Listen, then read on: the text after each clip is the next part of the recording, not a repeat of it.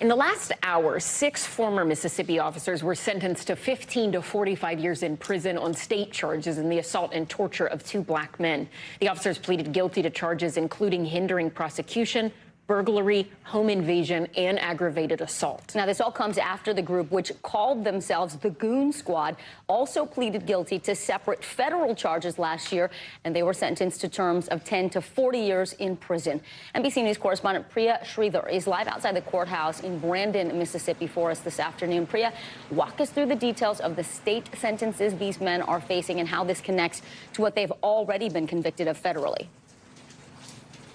Yeah, that's right. These 6 law enforcement officers actually pleaded guilty to all of both the federal and the state charges. Most of them were felonies. As you mentioned, home invasion, obstruction of justice, conspiracy, aggravated assault. This all stems from an incident that happened back in January of last year where a white neighbor in Rankin County called a sheriff's deputy and said that she was concerned about 2 black men who were entering a white woman's home. At that point, this deputy mobilized what they called the Goon Squad because they prided themselves on using excessive force, went to that home, entered without a search warrant, and then proceeded to brutally torture these men for a period of 90 minutes, physically, sexually, and psychologically abusing them. And once things had gotten too far, one of those 2 black men ended up shot in the mouth.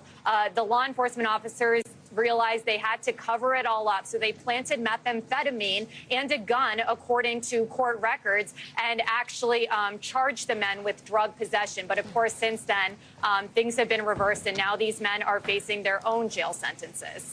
And the 2 victims in this case, Michael Jenkins and Eddie Parker, they filed a $40 million civil lawsuit against the Rankin County Sheriff's Office last year. What are you hearing from them? Have they spoken today? Have their families spoken out?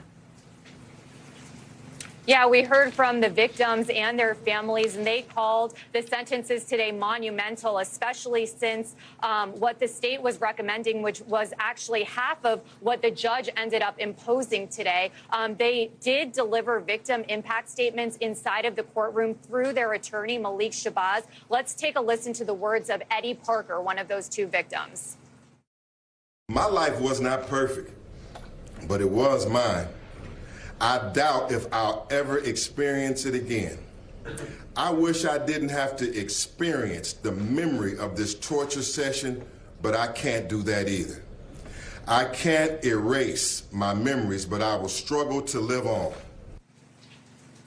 And so Vicki and Ellison, now everyone from the courtroom actually moved over to the Rankin County Sheriff's Department because they're calling on the Sheriff Brian Bailey to resign. They say there are systemic problems in the Sheriff's Department and that he knew about it, and it's time for him to go.